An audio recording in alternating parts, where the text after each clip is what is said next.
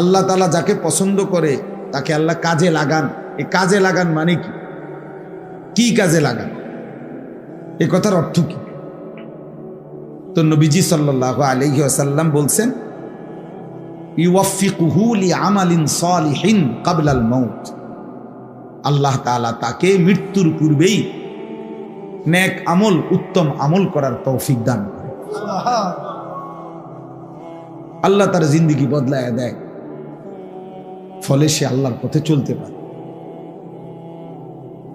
তাহলে এই পৃথিবীর কোনো কিছুই যেহেতু আল্লাহর ইচ্ছা ছাড়া হয় না, তা আমাদের সেজদা, তাসবিহ, আল্লাহকে ডাকা, এটাও তো আল্লাহর ইচ্ছা ছাড়া হয় না। আল্লাহর ইচ্ছা ছাড়া হয় না।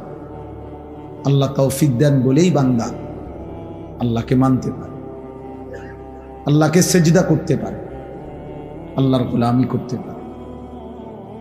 কোরআনুল কারীমের মধ্যে আছে, আল্লাহ তাআলা বলেন, ফামান ইউরিদিল্লাহু আন ইয়াহদিয়াহু ইয়াশরাহ সাদরাহু লিল ইসলাম। আল্লাহ তাআলা তার যেই বান্দার ব্যাপারে সিদ্ধান্ত নেন, ইচ্ছে করেন যে তাকে আল্লাহ হেদায়েত দিবে, তো আল্লাহ নিজেই তার অন্তর, বুক, সিনা ইসলামের জন্য খুলে দেন। তখন তার সবই বুঝে আসে,